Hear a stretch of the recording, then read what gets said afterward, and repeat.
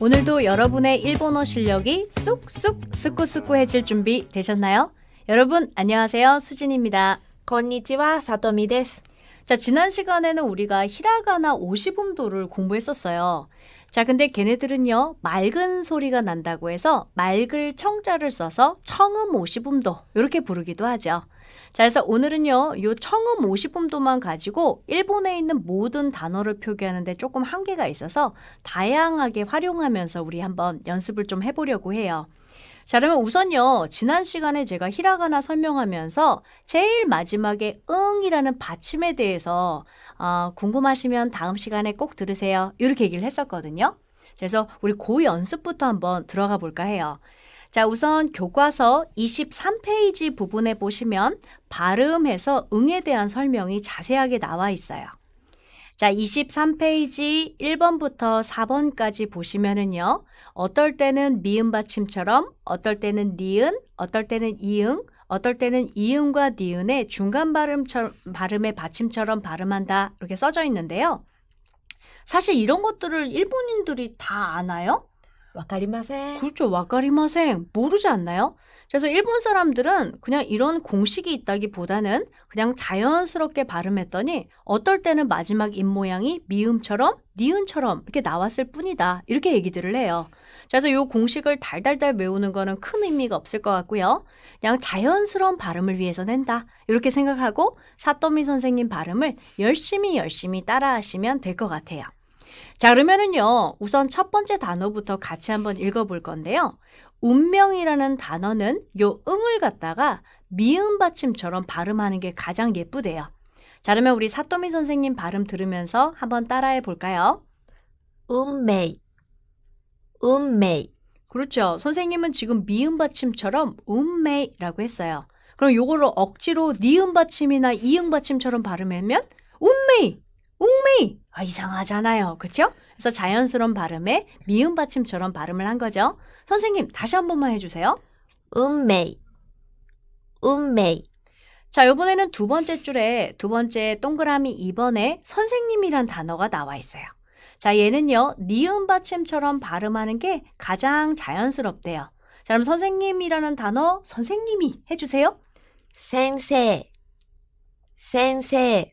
자, 선생님이 니은 받침처럼 센이라고 발음했는데요. 얘를 억지로 이응이나 미음 받침처럼 하면 생세이, 샘세이 이상하잖아요. 그래서 니은 받침처럼 발음한 거죠. 자, 다시 한번 선생님 발음 따라 읽고 해보세요. 따라 듣고 따라 해보세요. 말이 꼬였네요. 센세이. 센세이. 자, 이번엔 동그라미 3번에 있는 단어도 한번 같이 읽어볼게요. 문화라는 단어예요. 자, 얘는요, 이응 받침에 가깝게 발음하는 게 좋다네요. 자, 그러면 선생님 발음 같이 듣고 따라해 보세요. 문화. 문화. 자, 지금 선생님이 이응에 가깝게 발음하셨는데요. 얘를 억지로 니은이나 미음처럼 발음하는 거예요. 분과.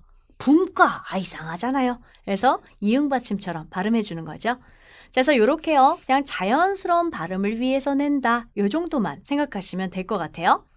자, 이번에 마지막 4번에 일본이란 단어도 같이 읽어볼까요? 이건 뭐 필수죠? 꼭 아셔야죠? 자, 선생님 발음해 주세요. 니혼. 니혼. 자, 얘는요, 니은과 이응의 중간 발음처럼 발음한다 라고 해요. 그래서 니혼도 아니고 니홍도 아닌 중간 발음처럼 발음하죠. 자, 근데 요거는 조금 이응에 가깝게 발음하시는 게 조금 더 예쁘게 들릴 것 같긴 해요. 자, 그러면은 다시 한번 선생님 발음 들으면서 따라해 주세요. 니혼. 니혼. 자, 근데요, 이 발음이라는 건 자연스러운 발음을 내시면 됩니다. 라고 제가 여러 번 강조를 했는데요. 그것보다 더 중요한 게 있어요. 어떤 게 있냐면, 원래 일본에는 받침이라는 개념이 존재하지 않아요.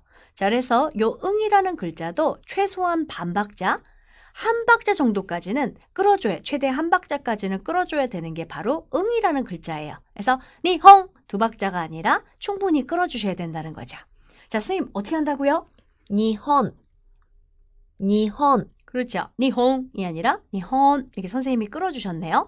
자, 그럼 일본 고속 전철 있잖아요. 하이. 자, 얘는 신칸센 이렇게 세 박자를 읽으면 안 되죠. 그렇죠? 어떻게 읽으면 될까요? 신칸센, 신칸센, 자, 그래서 이거를 어떻게 끌어야 될지 모르겠어요. 잘 모르겠어요. 하시는 분들은요. 요걸 갖다가 너무 빨리 읽지 말고 약간 단어와 단어 사이에 간격을 두면 이제 끄는 것처럼 보일 수 있어서 발음하기가 편하실 거예요. 자, 그러면은 우리 응은 요쯤 하고요. 요번에는 이제 다른 것도 한번 해볼까요?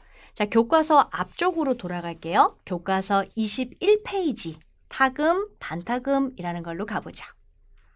자, 타금, 반타금에 대한 이제 설명을 들어갈 건데요. 타금이라는 것은 히라가나의 오른쪽 위에다가 땡땡 점을 2개 붙여주는 거예요.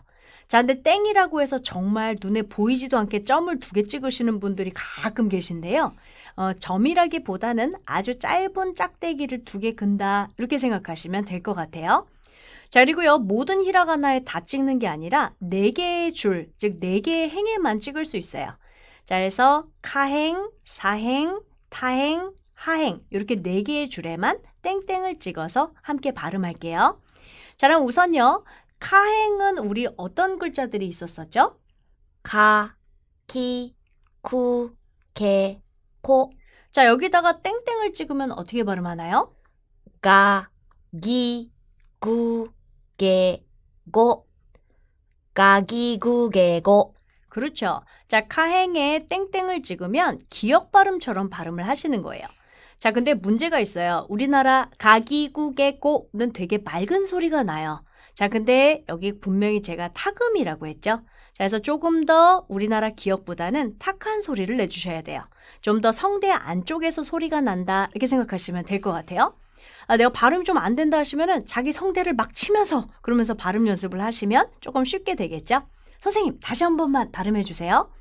가, 기, 구, 게, 고, 가기구게고. 자, 그럼 우리 아래쪽에 있는 단어도 같이 한번 읽어볼까요?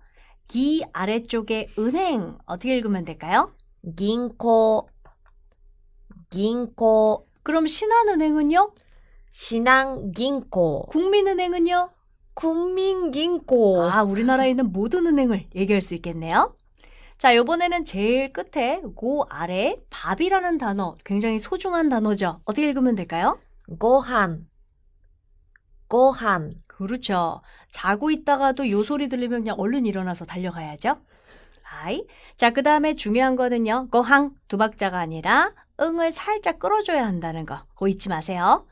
자, 요번에는요. 사행에다가 땡땡 한번 붙여볼까요? 자, 우선 사행은 글자 어떻게 읽었었죠? 사, 시, 스, 세, 소. 자, 요번에는 여기다가 땡땡을 붙여볼게요. 선생님, 타금 어떻게 읽으면 될까요? 자, 지, 즈, 제, 조. 자, 얘는요, 지읒 발음처럼 발음하는 게 아니라, 그렇다고 제트 발음처럼 발음하는 게 아니라, 자, 중간 발음처럼 성대 안쪽에서 탁한 소리를 내는 거예요. 그래서 자도 아니고, 자도 아닌 중간 발음을 내는 거죠. 자, 그 다음에 아까도 얘기했지만 발음을 못하면 어떻게 하라고요? 자신의 성대를 막 치면서 그렇게 발음을 해주시는 거예요. 자, 다시 한번 선생님 발음 들어볼까요? 자, 지, 즈, 제, 조. 자, 그러면 우리 여기 있는 단어들 몇 개 한번 같이 읽어볼게요. 지 아래쪽에 지진 어떻게 읽으면 될까요? 지신, 지신. 저는 개인적으로 이 단어는 꼭 아셨으면 해요. 우리 일본 놀러 갔는데 지신데스 이렇게 했는데 뭔 말인지 몰라서 이러면 죽을 수 있어요. 그쵸? 자, 그래서 꼭 알아두셔야겠죠? 자, 이번에는 그 옆에 두통이라는 단어 읽어볼까요? 즈츠, 즈츠. 선생님은 즈츠가 좀 있는 편인가요? 나이 데스. 없어요. 선생님은 먹는 거 좋아하고 두통 같은 거 없고. 정말 좋은 체질이시네요. 저는 옛날에 고등학교 3학년 때 즈츠를 달고 살았어요. 그래서 저는 나는 즈츠가 있는 인간인가 보다 했는데 고등학교 3학년이 딱 끝나니까 사라졌어요. よかったです。 잘 됐다고요? 감사합니다. 아리가또 고자이마스. どういたしまして。 그래서 즈츠는 스트레스만 없으면 그러면 누구나 사라질 수 있는 그런 병이 아닌가 이런 생각을 했던 것 같아요. 자, 그러면 우리 이번에는 그 다음 줄로 한번 들어가 볼까요? 자, 이번에는 타행에다가 땡땡을 붙일 건데요. 타행은 어떤 글자가 있었죠? 다, 치, 츠, 대, 토. 자, 여기다가 땡땡 붙이면 어떻게 발음하죠? 다, 지, 즈, 대, 도. 다지, 즈, 대, 도. 자, 아까 우리 타행에서요. 다, 대, 토. 요 세 가지는 땡땡을 붙이면 디귿 발음에 가깝게 나, 네, 도라고 발음하고요. 자, 그 다음에 두 번째 글자에 치랑 세 번째 글자에 츠에 땡땡을 붙이면 지, 즈라고 발음해요. 자, 근데 아까 지라고 발음하는 거 아까 우리 사시스세소 줄에 시에 땡땡 붙인 것도 역시 똑같이 발음했었죠?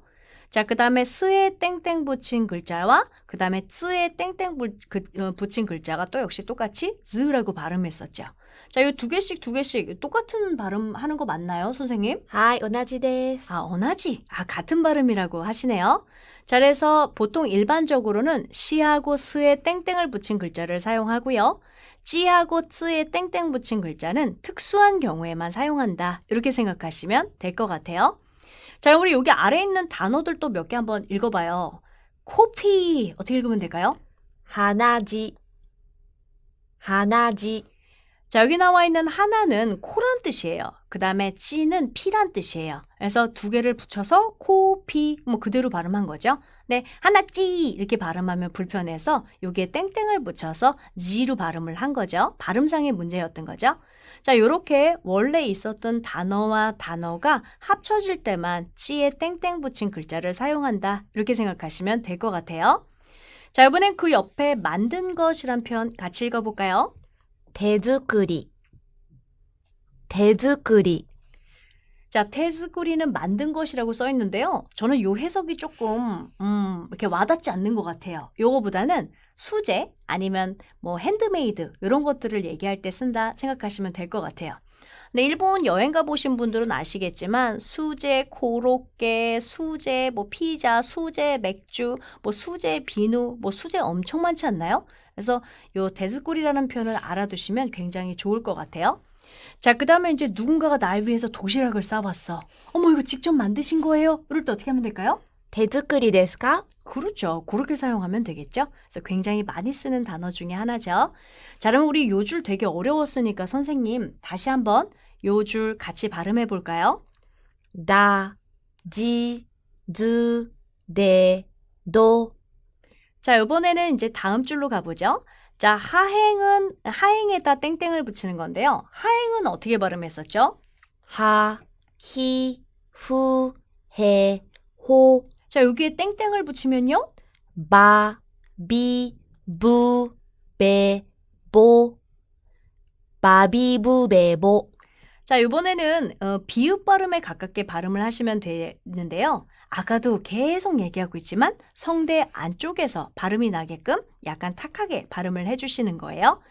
자, 그러면 우리 비 아래쪽에 미인이라는 단어 같이 한번 읽어볼까요? 비진, 비진. 자, 아까도 얘기했지만 요 응이라는 표현은 한 박자, 반박자에서 한 박자 정도는 끌어줘야 되는 글자였죠. 그래서 비징 이렇게 짧게 읽으시면 안 되고 살짝 끌어주시는 거 잊지 마세요. 선생님, 비징 데스네? 아리가또 고자이마스. 아, 인정하셨어요. 보통 일본인들은 아니에요라고 하는데 아이, 한국 스타일로 바뀌셨네요.